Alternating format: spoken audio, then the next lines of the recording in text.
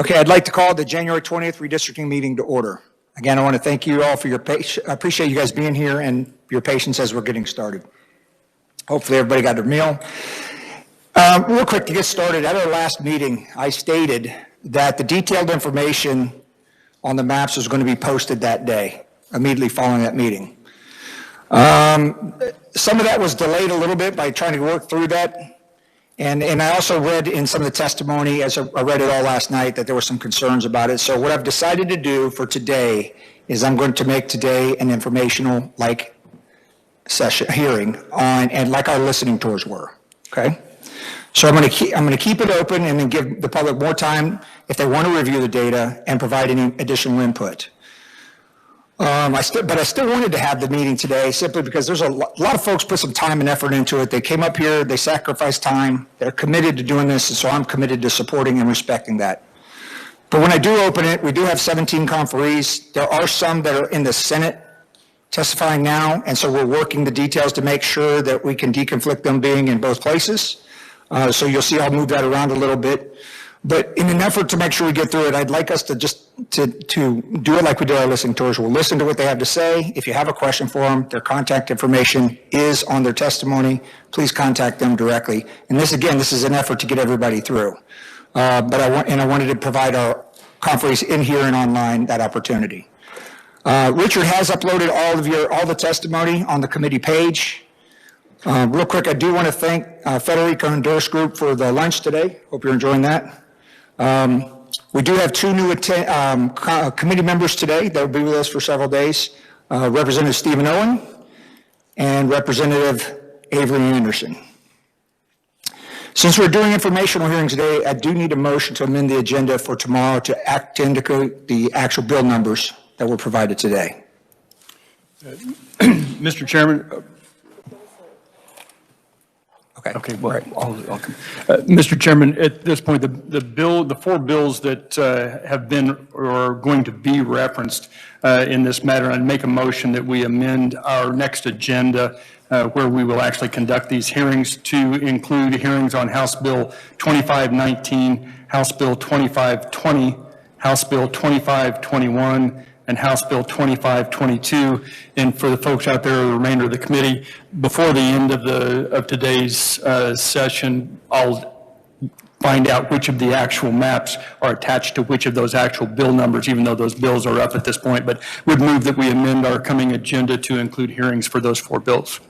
Okay, second, we have Representative Hoheisel as the seconded. Any discussion? None? All in favor? Say aye. Aye. Opposed? It passes. Okay, the next thing is you all received the minutes from our meeting on the 12th. Is there a motion to adopt the minutes? Okay. And second by Representative Burrows. Any discussion? None? All in favor? Aye? Aye. Okay. Minutes are approved. Okay, also, as we do at the beginning of these, bill introductions or map introductions, are there new maps to be introduced that have gone through the TR process? Seeing none? Okay, so what I'd like to do at this point is, just as a refresher to everyone, we have the four maps that have been talked about, and I would like to have the research department, Jordan, if you will, to kind of go through each one of them, and he's going to click on a few of the tabs just so you can see some of the information on each one.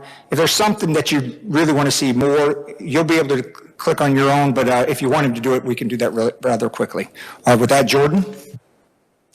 Thank you, Mr. Chair. Jordan Milholland, Legislative Research.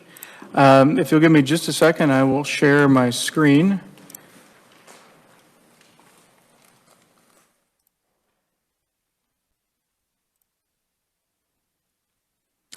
Okay, so for those of you at home or online and those here in the room, I've pulled up our Kansas Legislative Research Department webpage. I was going to go ahead and walk you through really quickly how to access the technical review reports on our page. So when you visit our homepage at ks.gov, if you look on the left-hand side, we've got subject matter listings. Redistricting has its own link. So if you go to our redistricting page, we have a new link at the top that has a submitted plan. So you'll click on that link and you can see the 5 plans that have been introduced in either the Senate or House committees. So the first plan is Ad Astra. If you click on this link, it'll download the PDF. Most of these PDFs with the technical review information are between 120, 130 pages. So I obviously won't be going through all of that today, but you have that available to you if you'd like to dive into that information. I've got the PDFs open on my computer, so I'm going to share that window, and then I will start walking you through the maps.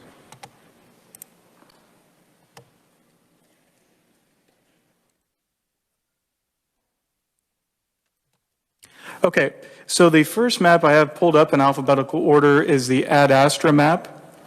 The packet starts off, as you can see here, with an image of the statewide map, and I've tried to zoom in here for you so you can see some of the detail on it. Moving down through the report, going to the other pages. Can I remove the picture off of there so you can Oh. see the map? Yes. And now the screen's not working. Let me see if I can get it working. Okay. Thanks, Mr. Chair. I did zoom in just a bit more. Yes, that zooms in too much. So this is what I can get on the screen here for you. And if you download these documents, you can zoom in as much as you want to into these documents.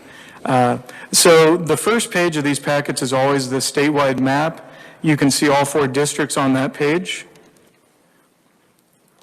Going down to the next page, we've overlaid the 2012 districts, the ones that are currently in place, over the proposed plan, so you can see a comparison of those lines.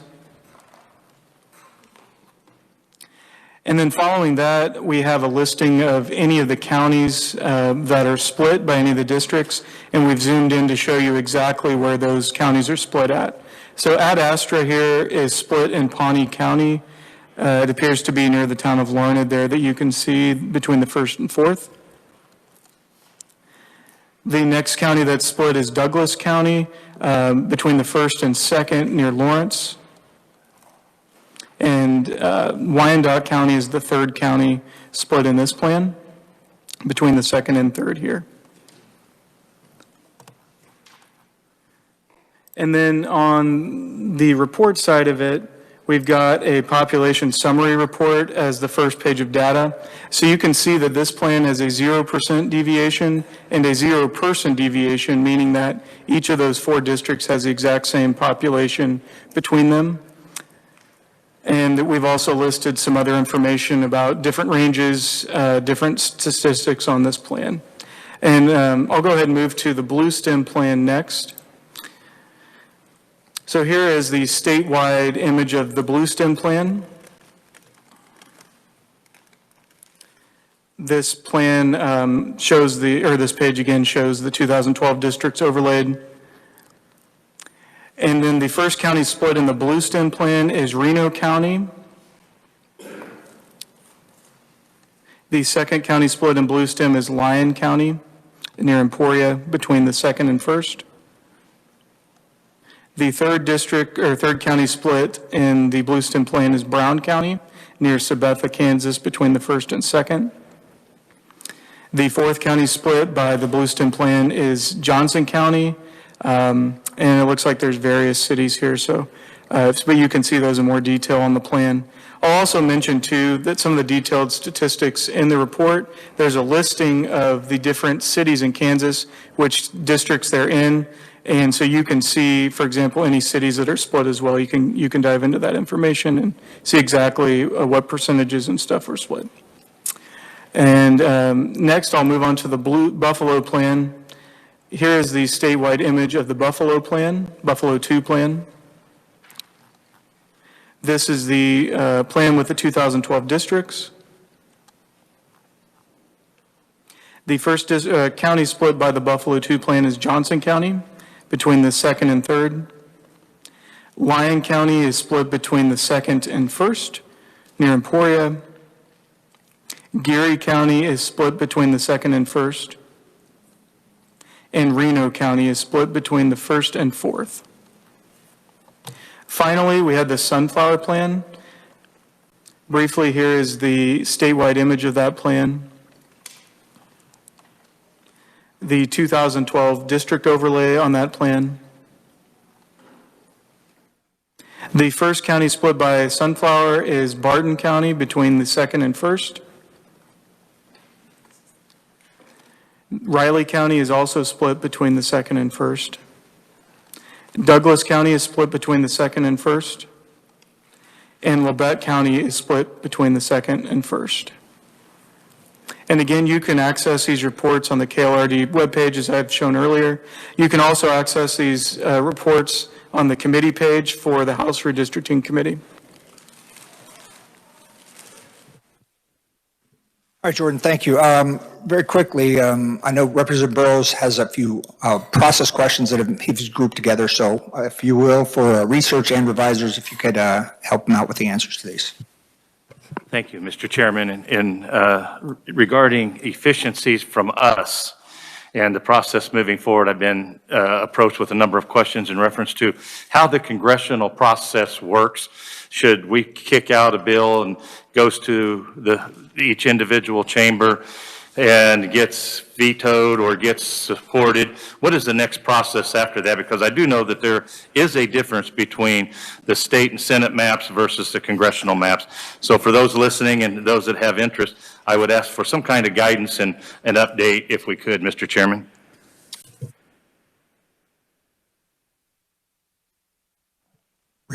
Jordan, Eileen.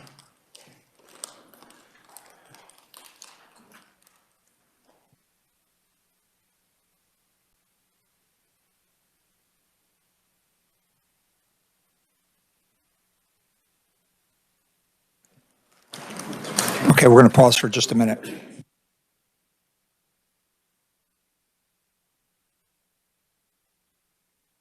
Okay, he has another one that might help in this. Go ahead. Thank you. Maybe the question I should be asking is, does every map go to the courts? Every map goes to the courts? Which court?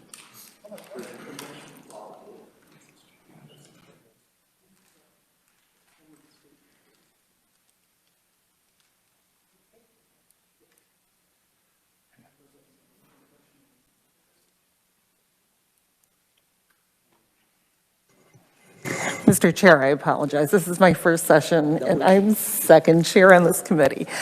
So only the congressional maps, only the state maps go to the state Supreme Court. The congressional maps go to the district. I believe, if there's a lawsuit, they go to the district courts to be heard.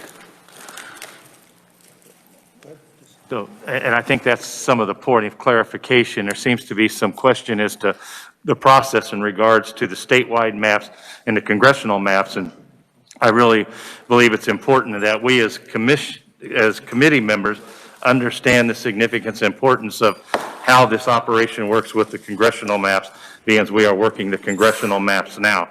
So if I understand correctly, if go through the system, and the maps are passed or vetoed, is it both they go to the courts, or is it vetoed and then it goes to the courts if it's litigated, to be litigated, or if there's a suit brought forward?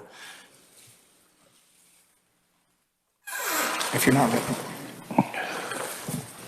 Go ahead. Thank you, Mr. Chair. Representative Burrows, I'm confused as to what you're asking when you say between the two, if they're vetoed. So when you say between the two, are you talking about between congressional and then the state legislative? No, ma'am, I'm talking about, and thank you, and I'll clarify. There's been some questions about how the congressional map is going to move through the process. We can all speculate as to which map is going to be accepted and which one isn't. We're going to have those discussions in each individual chamber. But once the map is passed, can it go directly to the courts, or does a suit have to be brought forward? And at what court level will that suit be levied? Okay, so a suit has to be filed, and it would be heard at the district level. For the congressional. Congressional. And I appreciate that, Mr. Chairman, and I think it's important that we realize that there is two different processes in place for what we're doing here on the statewide maps versus the congressional maps. And there has been much speculation about how the process works. And in all fairness, I don't have all of those answers. And so I do rely on legislative research and revisers to provide that guidance. And I thought it was important, instead of just myself having that knowledge, that everybody in the room has the same access to the same information, and those that may be listening. So thank you, Mr. Chairman. I appreciate the opportunity to ask a question. Yeah, no worries. And I think if it would be helpful, we're meeting again tomorrow. So if by tomorrow we could have a little process map that we lay out that just shows the difference, and I think it'll clean that up for everybody, and that's something we can post and make it more available for everybody else. Representative Clayton. Thank you, Mr. Chair. So my question is just kind of a housekeeping, because today is now informational. If we hear from conferees today, that still, does it count as testimony? How does that count? And for what and where? How should we determine that?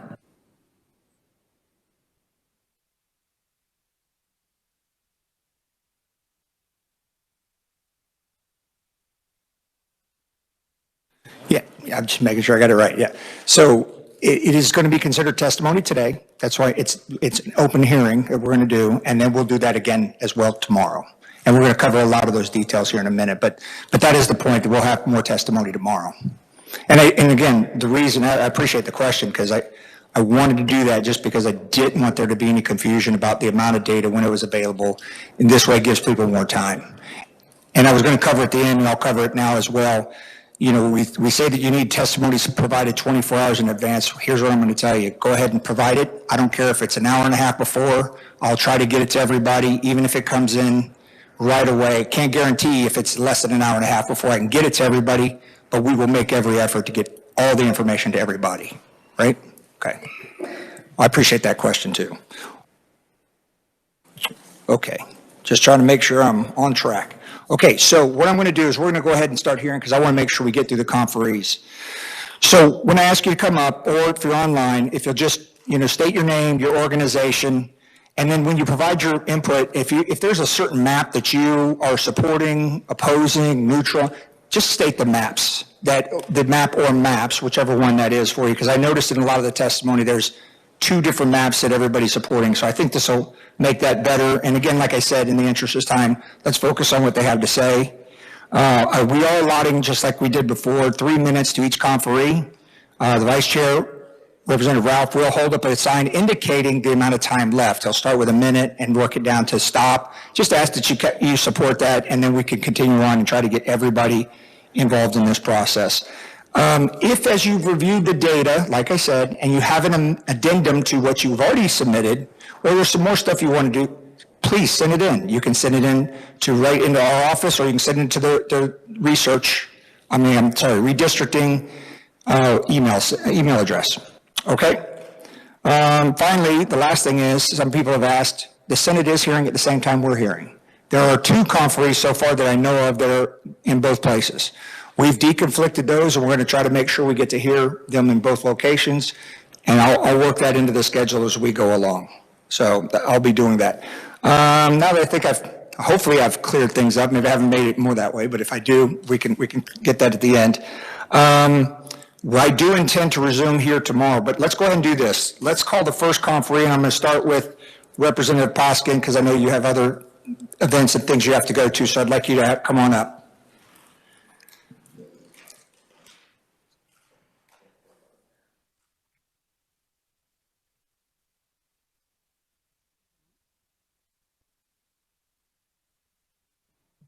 Oh, red. Thank you, Mr. Chairman. Thank you, committee. I'm Representative Marilyn Poskin from Kansas House District 20, representing Leawood and Overland Park in Johnson County. Committee, thank you for the opportunity to testify today on congressional maps, as some legislators, but not all, were told we could not participate in the listening sessions. We are told that these maps are the result of constituent input from across the state over 14 sessions. While I could not participate in the August 12, 2021 session in Overland Park, I was there in person, and I'm here today to remind you of what nearly every single person in the full capacity crowd. They said, do not break up the 3rd Congressional District.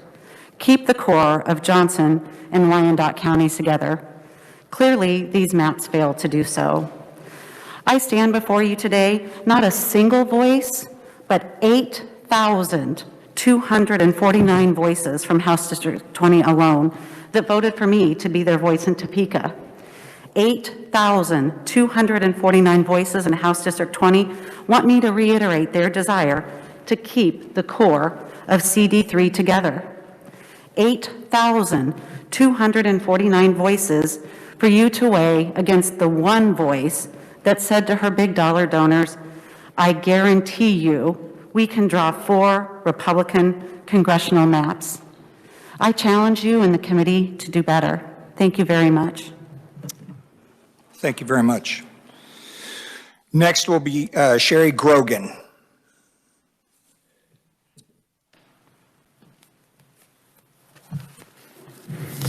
Hello.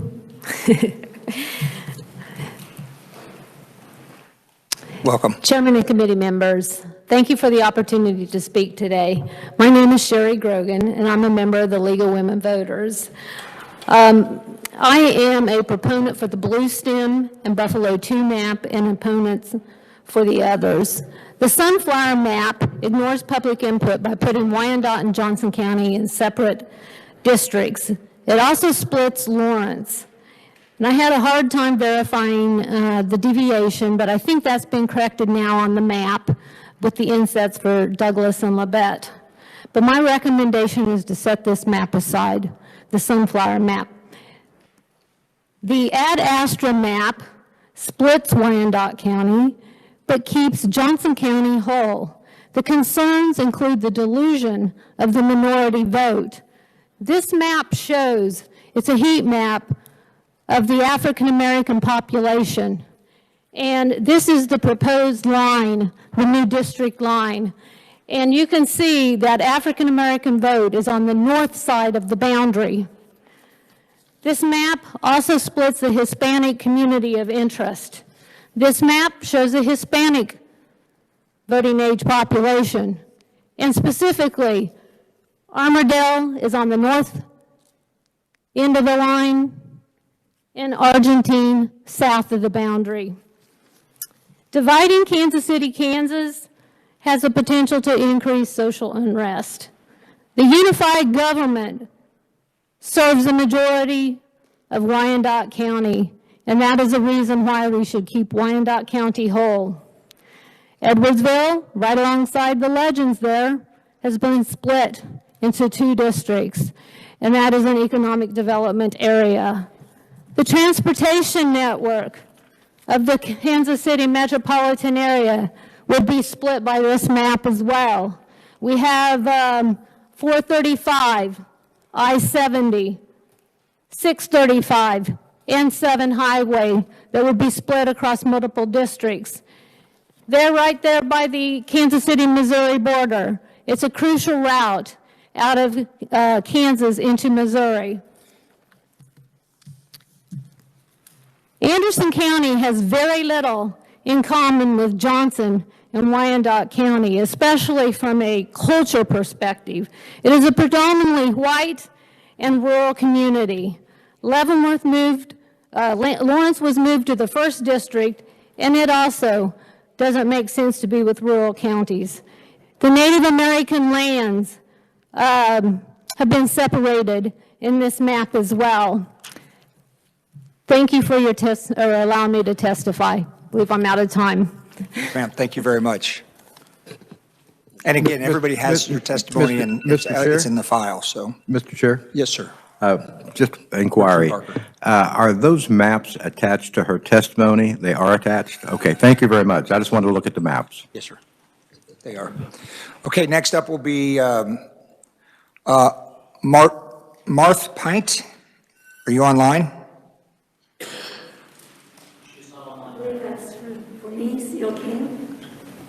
No, from the League of Women Voters of Kansas.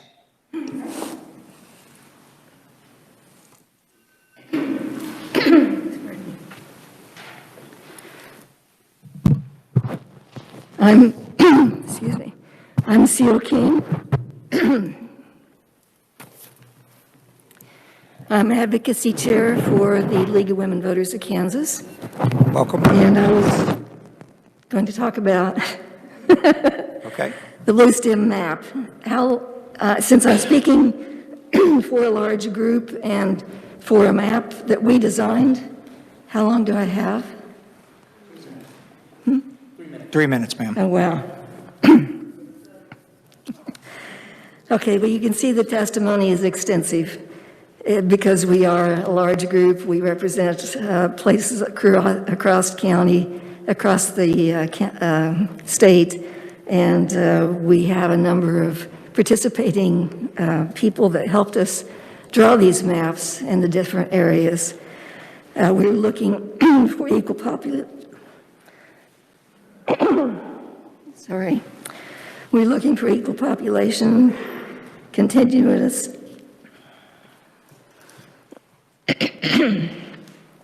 Pardon me.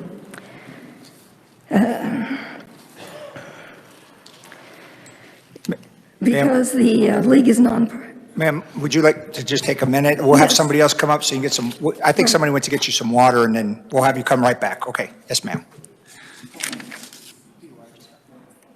So we'll just go ahead and give her a minute. So we'll go to Aaron Woods next.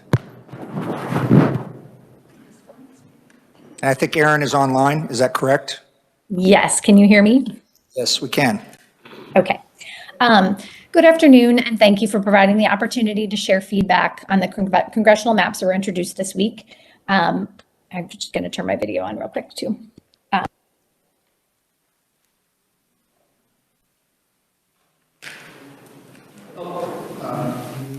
With many others, asking that the redistricting committees keep the entire Kansas side of the Kansas City metro area intact in the 3rd district.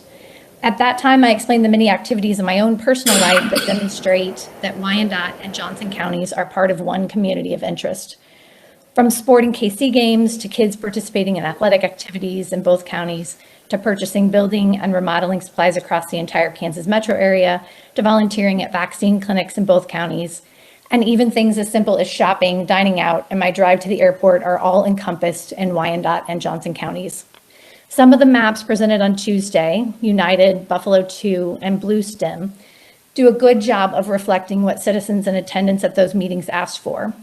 But with the Ad Astra and Sunflower maps, I was struck by the number of my regular activities I described as a person living in the Kansas City metro area that would now have me straddling 2 congressional districts. I also want to point out that there is a story being told by Interstate 435. Those of us in the metro area know that this is a loop that connects the entire Kansas City metro area.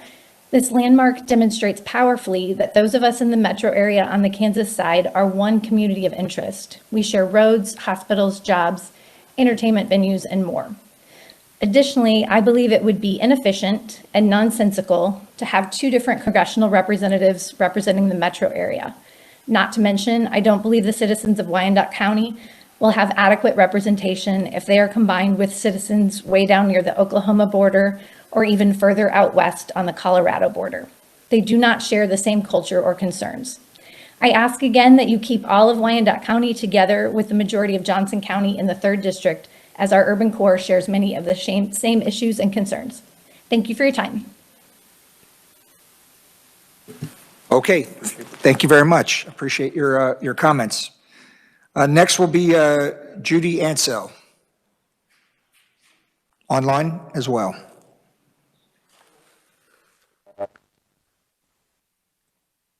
Hello.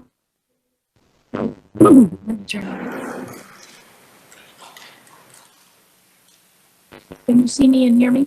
Yeah, yes, ma'am, we can now. Okay, great. Hold on one second. Hold on testimony.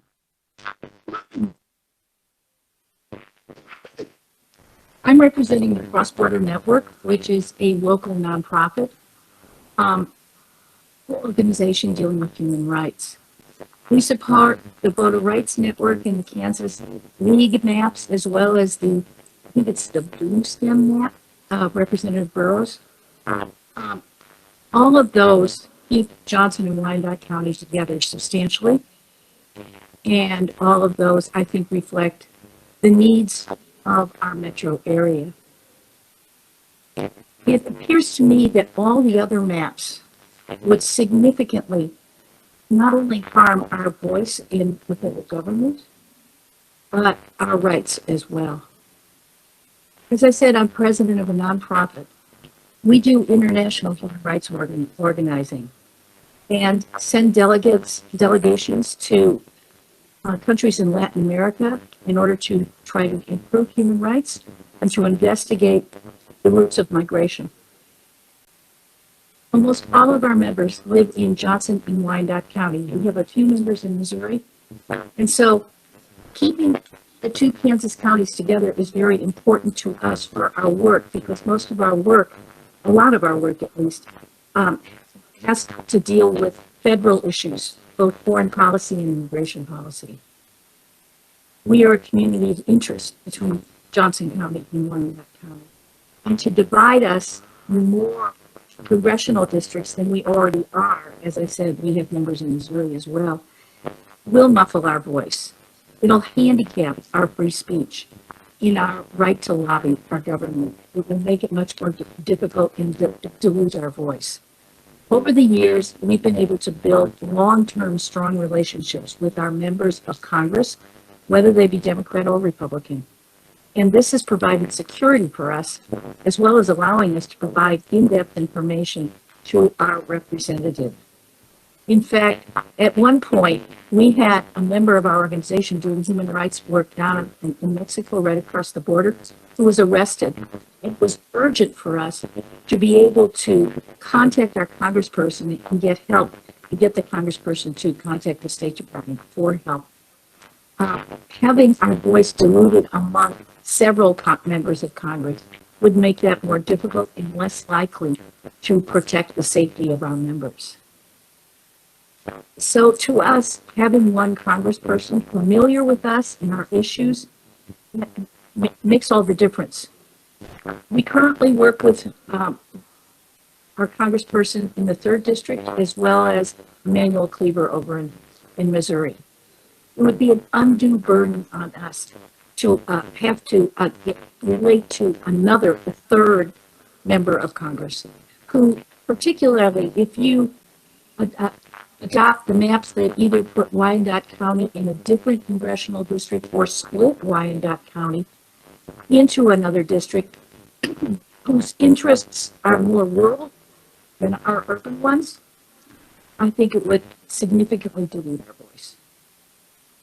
Our issues resonate in urban areas much more than in less densely populated ones. We do a lot cooperatively between Johnson, Wyandotte, and Jackson counties. And so dividing us puts barriers, and that would be both real and psychological. So I strongly urge you to respect the wishes of the residents of both Wyandotte and Johnson County and keep us together in one congressional district. Thank you. Yes, ma'am. Thank you very much.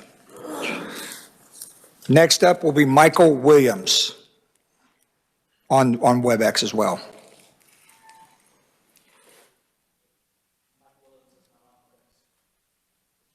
Okay. We'll come back then to Michael. How about Davis Hammett? Hi, yes, I'm here. Can you hear me? Yes, Davis, please go ahead. All right. Thank you, Chairman Croft and members of the committee. First, I just want to raise some points of concern. I'm actually still kind of confused at what happened at the beginning of this meeting, what it means for this to be informational, if there is a distinction between today and tomorrow, or if there's no distinction. I wish that we would have been notified of this so I could have done additional analysis of these maps before submitting testimony. But with that, I'm also concerned about the simultaneous hearings happening where it's impossible for a person to give a hearing in both the House and Senate on these maps. But the main concern that I want to raise to y'all actually applies to all of these maps, which is that of college campuses, and particularly the youth vote, a population that I work a lot with. College campuses are an embodiment of the 26th Amendment of the United States Constitution, where they lowered the voting age to 18. Courts have found that college campus communities, they're a community of interest that can be protected and represented in redistricting.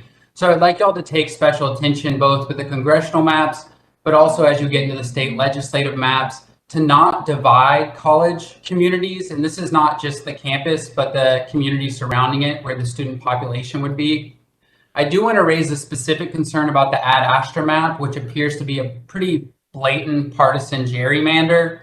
And some of the initial analysis I've seen shows that it is that, an extreme partisan gerrymander in favor of the Republican Party. I have a specific concern related to how Congressional District 1 is drawn to scoop in Lawrence and the University of Kansas, thereby putting the four largest state universities all into a heavily partisan gerrymandered map, diluting the youth vote's power, therefore abridging their constitutional rights to be represented. And then also, I just want to say that in the direction of the Blueston map, and I believe there's a couple other maps, the idea of combining KU and K-State as similar communities of interest, again, embodied in the 26th Amendment, I think is a promising idea that y'all should pursue. So again, I think that as you talk about communities of interest, it's important to consider that also not discriminating for age and not diluting the youth vote. It's especially something of concern because whenever districts are gerrymandered in such a way, they aren't competitive, and therefore politicians don't even try to reach out to voters. So if you're not even trying to reach out to young voters, they get less engaged, they get less invested in our community, and they're more likely to leave our community because you don't allow them to have a stake and a voice in the future of Kansas. So thank you so much for hearing my testimony. Yeah, thank you. And Davis, if you, as you talked about analysis, if you come up with more analysis, please feel free to send it in by tomorrow. That'd be great. We're glad to look at it. Next up, we could go back to Ms. King if you want to. Are you ready? Okay. Thank you, ma'am.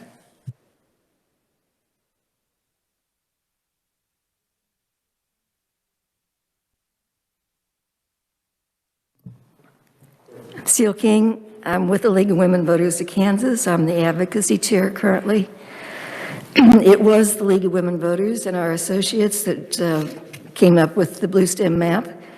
We used partners across the state and our members to develop these maps, trying to get equal population, contiguousness, compactness, not diluting minority voting strength, and districts easily understood by the local units of government, using natural features, major streets, and boundaries.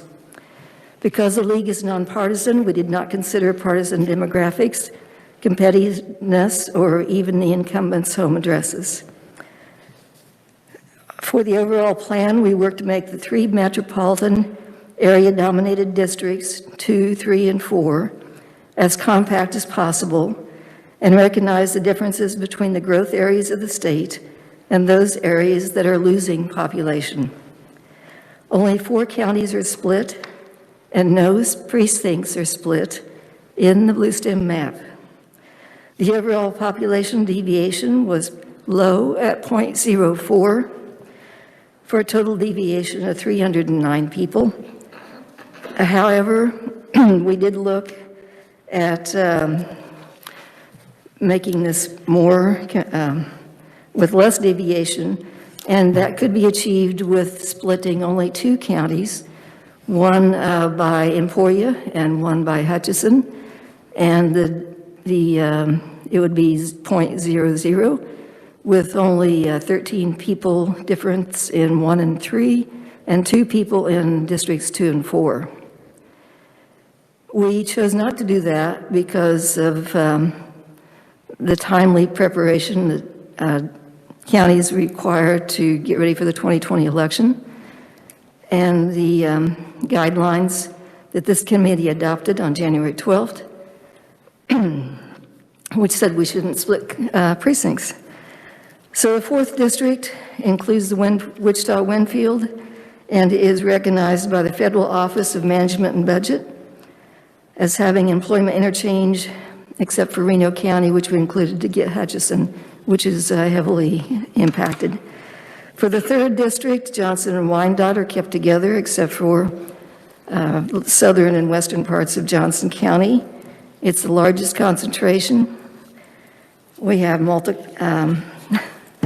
As you heard from others, there's a lot of similarities between Wyandotte and Johnston that count importantly.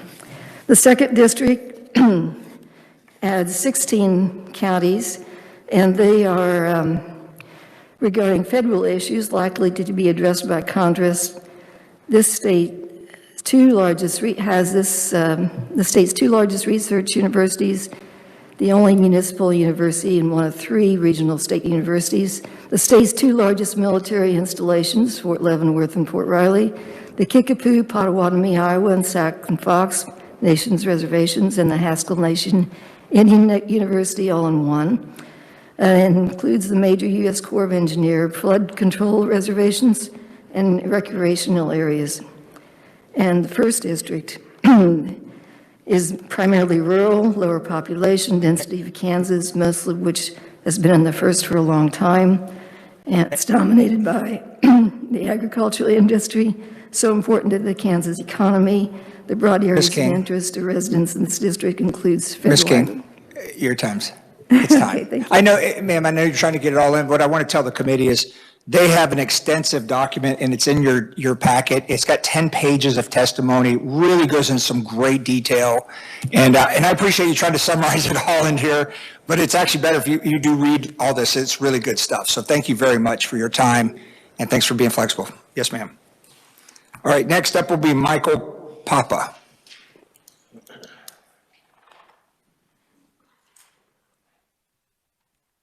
Welcome. Good afternoon, Chair, committee members. Thank you for allowing me to provide testimony today. I also submitted written, so this will be brief. Mainstream Coalition is a nonpartisan nonprofit working to empower informed participation in the political process. We have many of the same concerns that the other conferees, either in person, virtual today, or who submitted written testimony. So I won't go into detail except to say that Ad Astra and Sunflower are egregiously partisan, and they look very gerrymandered, and would not like to see those go forward. I'd like to focus a little bit more on process today, as we have in the past, as people have been asking for throughout this entire process. It's been very confusing, even up till today, and I know and I thank you for the extra time, Chair and committee. Thank you so much for the extra time, because we did not have enough time to actually analyze the maps, and come up with a really good sense of what each of them does, because we didn't have that data until yesterday. But I would like to say that we believe that even an extra day isn't enough time. We had a deadline, the public had a deadline of submitting maps 5 days prior, and I would urge the committee to give the public that same time frame to analyze the maps. And so we ask that you don't vote on them tomorrow or pass them tomorrow, which is, I think, what was said at the beginning of the meeting. Again, it's still a little confusing, so a bit of clarifications, I think, again, would be much appreciated. Again, we do oppose Ad Astra and Sunflower for the reasons mentioned before and probably after me, and I thank you again for your time. Thank you, sir. Next up will be Mike Taylor. Okay, so I knew you were over in the Senate earlier, right? Good, I'm glad you made it. I appreciate that. I got Senator Masterson to let me go early, and you've let me come late, so I appreciate it. I made both meetings. I'm Mike Taylor. I am representing the Voter Rights Network of Wyandotte County, which is a citizen group that has taken since last fall a keen interest in the way the 3rd Congressional District was drawn. We were involved in all of the fall hearings, and our message then was urging, as you've heard from many others, to leave as much of Johnson and Wyandotte County together in the 3rd District as possible. That advice obviously was not listened to or followed with the Ad Astra or the Sunflower map. I don't think I heard a single person say, please split Wyandotte County right down the middle, north and south, along I-70. In the early, a little history lesson, in the early 1800s, the Massachusetts governor, Elbridge Gerry, drew a state map that resembled a salamander. And the Boston Globe coined the phrase Gerry gerrymandering for that map. That phrase is obviously stuck around. And if Governor Jerry could be here today, he'd be proud of Ad Astra and Sunflower because it is a classic example of gerrymandering. Wyandotte County and Johnson counties are strong communities of interest, and I won't go into all those reasons. I've included it in my testimony. You've heard it from others. So splitting the two counties the way that it was done doesn't make any sense. It looks purely partisan. And I will also point out that Wyandotte County is one of the most diverse counties in the United States of America, with Black residents, Hispanic residents, and I just learned this recently, we have the largest population of disabled citizens of any county in Kansas. So clearly those communities of interest by both of the Sunflower and Ad Astra maps dilute that vote and that influence that they would have. And Johnson and Wyandotte counties work closely together on a lot of federal funding projects, so having one representative makes a lot of sense. I would say that we do support the blue stem. I worked some on that with my group. Senator Sykes introduced a map called United, which makes a lot of sense as well and looks compact. So we would support the Buffalo 2, Blue Stem, and United. We have to adamantly oppose Ad Astra and Sunflower. Thank you. Well, thank you, sir. All right, next up, I believe, is Mark McCormick. Are you standing in? Okay, great.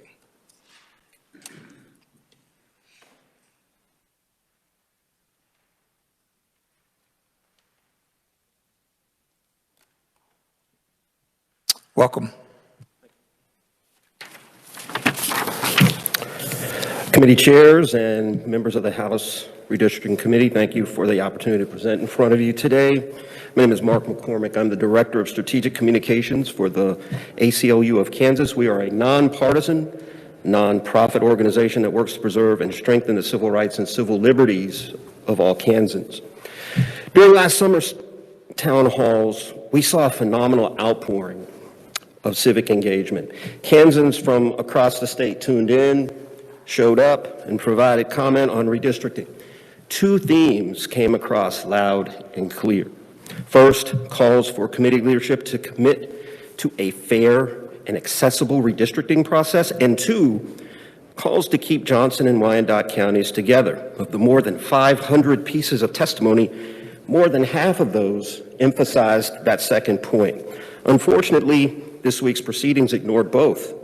The Ad Astra map brought by the committee chair bisects Wyandotte County.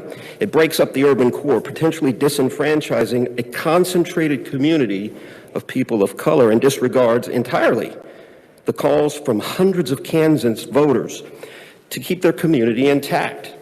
The Sunflower map slices Wyandotte off from Johnson County completely. It is also important to note that this process this week has been neither fair nor accessible. Congressional maps were introduced on Tuesday. Hearings on those maps were scheduled for today, Thursday. Committees must receive testimony at least 24 hours to the committee hearing. For any normal bill, that's a tight turnaround, but possible. But this is redistricting. And these are maps that have complex underlying data sets.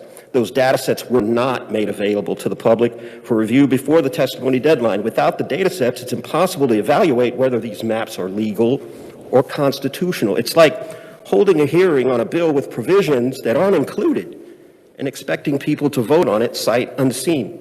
To make this even more clear, without access to the data underlying these maps, it is impossible to analyze the maps with any specificity to determine whether there is partisan or racial gerrymandering at play here and to what degree.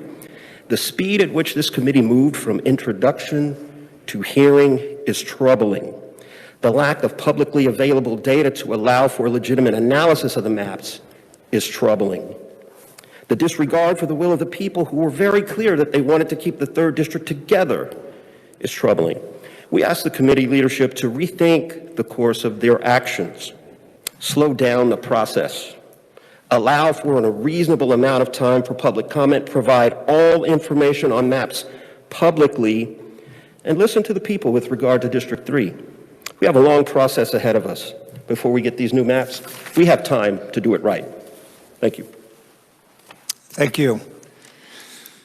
Next will be Connie Brown, and I will remind, just so you know, the timer's to my left, so if you can see the timer, it will help you keep track, but you did great, thank you. Next up is Connie Brown.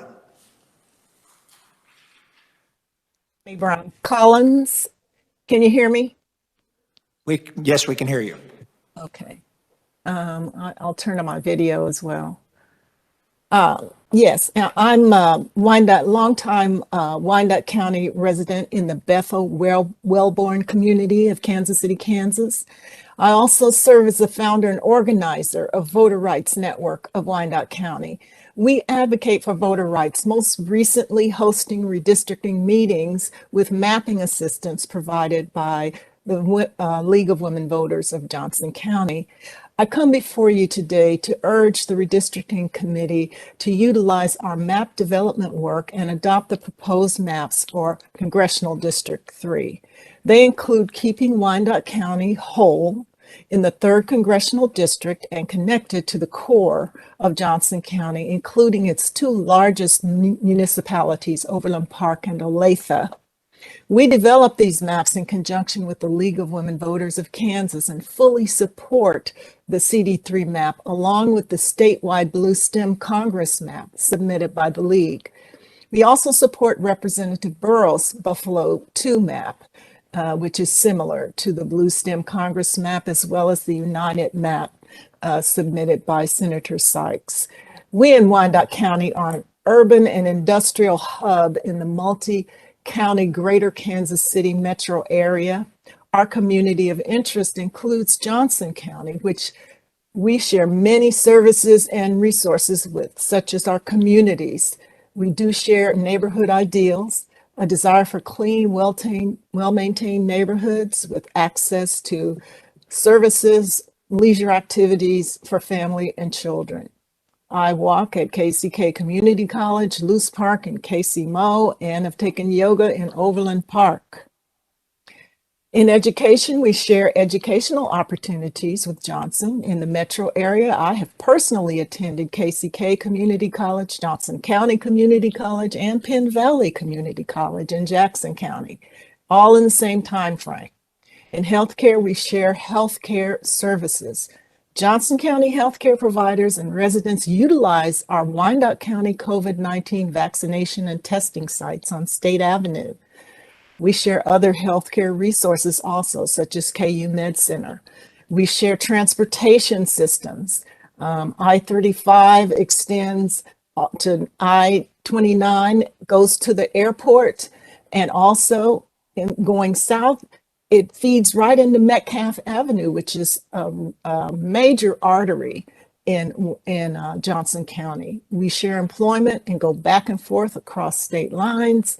Across county lines, but we do not share the community of interest with the bulk of Miami County, which is mostly rural, or we don't share community of interest with District 2 either. We support the maps that I indicated before, and we do not support the Ad Astra or Sunflower maps, which would greatly dilute our voting representation. We oppose both of those maps, but we do support, again, the maps that are presented by the League of Women Voters. As a committee, you heard all the testimony in the August 12th and November 30th hearings. Please heed the message, which was loud and clear, to keep Johnson and Wyandotte counties together in the 3rd. Thank you so much for your time and attention. Yes, ma'am, thank you. And to everyone, I just need to apologize. I said it was Connie Brown, and I failed to mention her last name. It's Connie Brown Collins. That's who that was, and she has testimony in as well. So thank you very much for your testimony. Next up will be Patricia Weiler.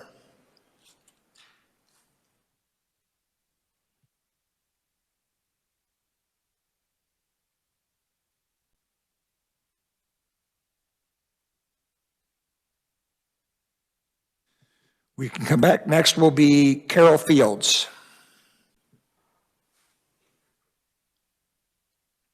I'm unmuted and I'll get my camera up here in a moment. Sorry, I'm not used to this combination and I'm afraid I'm going to be a reader, so I have to pull up. I don't memorize well, or think clearly enough. So I thank you for the time to speak today. Again, I'm Carol Fields, and I live in the far northeast corner of Johnson County. Are you hearing and seeing me all right? Yes, ma'am, we're seeing and hearing you well. I'm an active member or a volunteer participant in several Northeast Johnson County and Wyandotte KCK organizations, and I think the map designed by the League of Women Voters with a voter rights network of Wyandotte County is rightly focused on continuity and representing communities and interests instead of splitting them up for what seems to me to be partisan gains. As population changes don't allow us to keep all of Wyandotte and Johnson together in Congressional District 3. I think their map, which leaves out some rural areas like Aubrey and Spring Hill and Edgerton and Gardner and most of DeSoto, is a good way to make District 3 boundaries keep consistent with representing the character of those of us living in the KC metro area in Kansas. It's not democratic to split up the two counties, dramatically changing many resident voting options and breaking up communities of like interest to supposedly protect more sparsely populated rural areas' interests. I think they too will be better represented by being together into more continuing contiguous districts rather than being combined with more metropolitan areas of the state into other districts. That allows the most populated contiguous areas of Wyandotte and Johnson to act as we are, one in so many ways, a part of the greater KC area, such as transportation, shopping, utilities, large and small businesses, services, broadcasting, entertainment, etc. Our population density, unlike any other area this size in Kansas, means we share views on quality of life and community that are often alike, though different from the rest of the state. While I have lived in Johnson County over 40 years, I was raised west of here, graduated from KU, lived in Wyandotte 5.5 years, and worked there most of my working careers. To go most places from my home in Roland Park, I drive county line. I walk to get my hair cut on the Wyandotte side of the line. When I go west on I-35, I go through Wyandotte. My medical care is in KCK. A major portion of shoppers in Roland Park core stores are from Wyandotte, while I shop at Strasser Hardware in KCK. And many of my friends use both Roland Park and Argentine, use both Argentine and Johnson County libraries. I think if Wyandotte County is split into rural districts, it is discrimination against the urban poor, people of color, and who need better, not less representation. Also, if Johnson is split, Kansas urban dwellers will be underrepresented in Washington, D.C., as they already are, with a favoring of rural areas via 2 senators per state. And again, thank you for listening. Yes, ma'am, thank you very much. Great timing, too, right on time. Next up will be Dr. Mildred Edwards.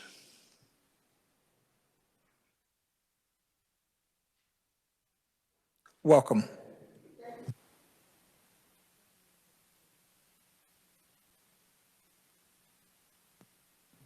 Appreciate it.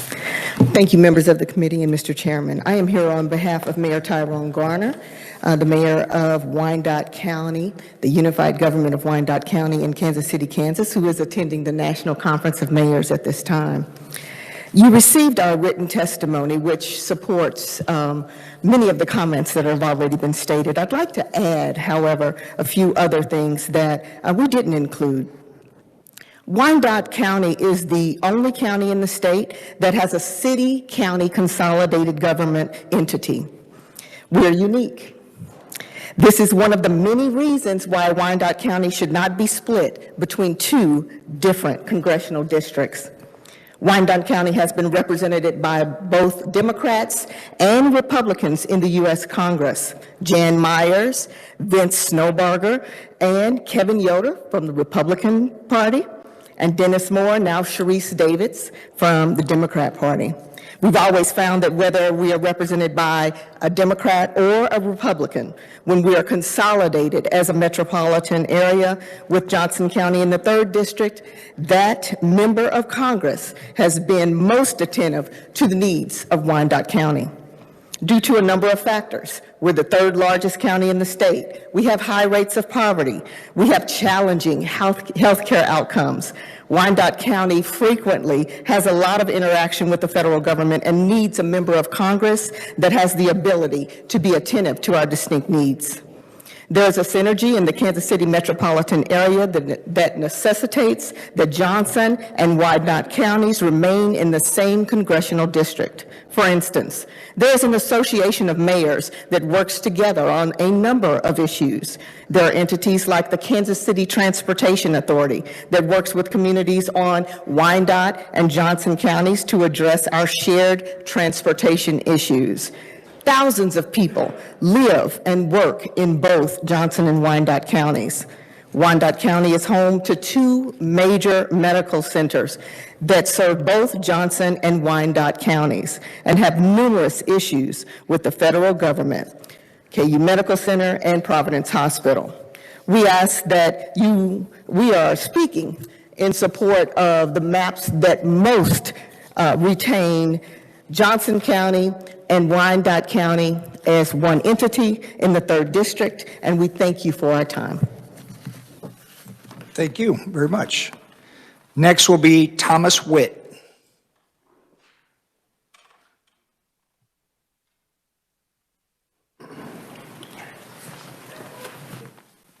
Good morning, Mr. Chairman, members of the committee.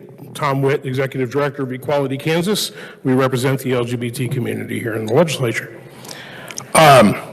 So we've been working since '06 to get openly LGBT community members elected to the Kansas legislature and, of course, to the U.S. Congress. And it took till 2018 to be successful. When Sharice Davids was elected to the 3rd CD, and Brandon Woodard and Susan Ruiz were elected to this body here. In 2020, Representative Stephanie Byers won election. In 2018, all 3 of the LGBT people that won beat incumbents. The voters chose them. They did not choose their voters. In 2020, all 3 incumbents won re-election before the same voters. Again, their voters chose them. These incumbents did not choose their voters. And Stephanie Byers immediately ran for an open seat that leans Democratic, but we all know that her very existence is cause for controversy politically and in this building. I wanted to talk to you today about communities of interest. I wanted to talk to you about how the LGBT community in Kansas doesn't have a geographic locus. You can't draw a line around a neighborhood and say that's the gay ghetto in Kansas. We don't have a 1978 Castro Street. We don't have a 1975 Greenwich Village. Okay? But what we do have are thousands and thousands, tens of thousands of LGBT people across the state who live in every community. We live where we were raised, or we live where our careers have taken us. So our community of interest, what I wanted to talk about is how hard it is to actually define where that community of interest is. What we do want to implore you is that as you're drawing these maps, that you don't intentionally draw our voice, our seat at the table, out of existence. But the community of interest I'm going to find myself talking about today is Wyandotte County, of all places, where the sunflower map, oh goodness, the sunflower map was one of the things that killed redistricting in 2012. The Senate wasn't going to pass that, okay? Then we've got the Ad Astra map, which literally draws lines through people's backyards in Edwardsville and Muncie in Kansas City, in Wyandotte County. You want to talk about breaking up communities of interest, that'll do it. And on that sunflower map, the only way Kansas City, Kansas has shared community of interest with Morton County, which is where Elkhart is in the far southwest corner, is if at some point the state of Kansas is reduced to a single congressional seat. We're not there yet. We still have 4. And these maps, those 2 maps, sorry, I'll tell you what I told the Senate a few minutes ago. They're jokes. They can't be serious. I'm really stunned that leadership introduced those maps. Let's look at maps that really recognize community of interest in this state. I understand my time is over. Thank you very much. Thank you for your testimony. Appreciate it. Next is Jay Moyer.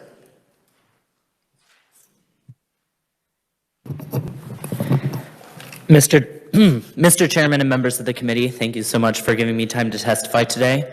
My name is Jay Moyer, and I'm asking that we create more fair maps, and I am speaking in opposition to the Sunflower Plan and the Ad Astra Plan, as I will point out every single other person that's spoken today, whether virtually or here in person, has spoken against. I'm concerned about these congressional maps because I love, honestly, my representative. I feel as though she is smart and speaks to the values that I hold in my heart. I also know my community, and I don't believe that these maps would create a fair chance for my community to have the representation that it wants and that it deserves in Washington, D.C. I live in Overland Park, which of course is in the 3rd Congressional District. There are few people that I've talked to in my community that don't at least think that our representative is level-headed or thoughtful, and that she helps the community in significant ways. I would be extremely unhappy to reside in a state that has tried to intentionally remove a strong representative, not just for my community, but as Mr. Whit said earlier, the LGBTQ community, which I am also a part of, just for a political power gain. The idea of a democracy is that every person's voice gets heard, even if you don't agree with other people's voices in the room. I also believe it's not beneficial, as every other person has said today, to split Johnson and Wyandotte counties. We are all a part of the Kansas City Metro, and I, as many others have, would make the argument that our communities have much overlap in the people that live and work there. We are currently represented in a way that truly speaks for our community. I can't speak for all of Johnson County, and I surely can't speak for Wyandotte County, but I do speak for a group of friends, peers, neighbors, coworkers, and family that I know who are all concerned that this map will take away our chance to be heard in Washington. Current congressional maps were created by the courts and should be altered as little as necessary to accommodate population shifts. The Kansas City Metro is also currently whole within Kansas 3rd Congressional District and should remain in a single district as residents have shared interests in representation. Once again, I would implore you to think deeply about how redrawing these maps, which would intentionally take away accurate representation of the people in my community, would negatively impact Kansans. I want to see a map that is more fair and would be more representative of the voices in my community. The proposed maps, the Sunflower and the Ad Astra maps, do not do that. Thank you so much for your time. Thank you. Next up is Amy Carter. Okay. Hi, can you hear me okay? We can hear you. Okay, great. Welcome. Thank you. My name is Amy Carter. I'm a private citizen, and I do appreciate the opportunity to supply testimony in support of transparent and fair redistricting today. I have provided written and oral testimony every time we have been invited to do so throughout this redistricting process. I've only ever asked for a fair and transparent process, one that considered the commonalities of populations throughout the state. An independent commission would have been the easiest way to accomplish this. That would have been nice. I'm not sure if you received my updated testimony since I was rushed to submit it before yesterday's deadline, but I will read it to you now. Admittedly, I didn't always pay such close attention to politics, especially at the state level. I inherently trusted that the representatives we elected would be fair, maintain their integrity and trust that we had placed in them, and represent the interests of their constituents. My parents' Republican Party seemed to have earned that trust. Even if you didn't agree with some policy decisions, you didn't question that they thought they were doing what was best for their district, their state, their country. But my generation's Republican Party seems different, because in a state that already has some of the strictest voting laws in place, and from the party that enjoyed election wins across the state, why would they want to make it even more difficult for people to vote? And now that same party apparently doesn't believe it can win on its own merits and ideas, instead preferring to choose its voters rather than letting the voters choose them. But let me be more specific about the maps in question. The Ad Astra map submitted by Representative Croft cuts half of Wyandotte County out of the 3rd District and adds 2 rural counties that share nothing in common with the Kansas City Metro. Then to account for the northern part of Wyandotte moving into the 2nd District, what do? You remove Lawrence from Douglas County and put it into the Big First, which traverses the entire state. Correct me if I'm wrong, but I listened to all the testimonies submitted during the town halls, and I don't recall anyone asking for any part of Wyandotte County or Lawrence to be placed in the rural Big First district. So either you weren't listening or you chose to ignore the testimony of every individual that took time out of their days and nights to gather their thoughts and testify. As a private citizen, I never wanted to be this involved in the redistricting process, but here we are. In contrast, the blue stem map submitted by Democrats keeps rural Kansas in one district, Northeast Kansas in another, urban Kansas City Metro together in the third, and the Wichita area in its own district.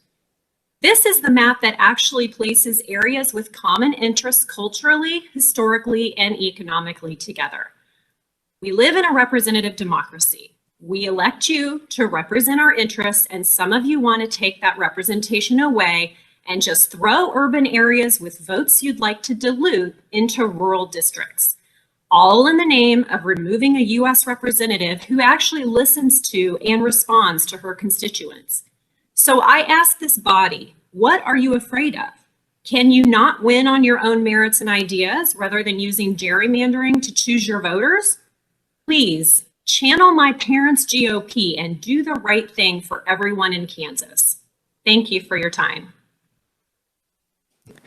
Yes, ma'am. Thank you for that testimony. Okay, I'm going to go back to Michael Williams. No? Is he on? Okay. And then the next one is Patricia Weiler. She hadn't come back on? Okay. So,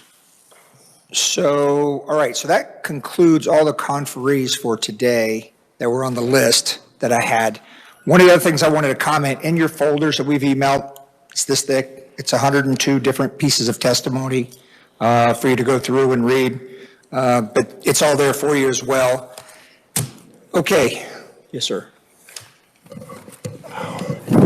Thank you, Mr. Chair. I did want to point out for the committee, we did track the bill numbers to the actual names of the maps that you have there. So I point out House Bill 2519 is the blue stem map. So I'm slowing.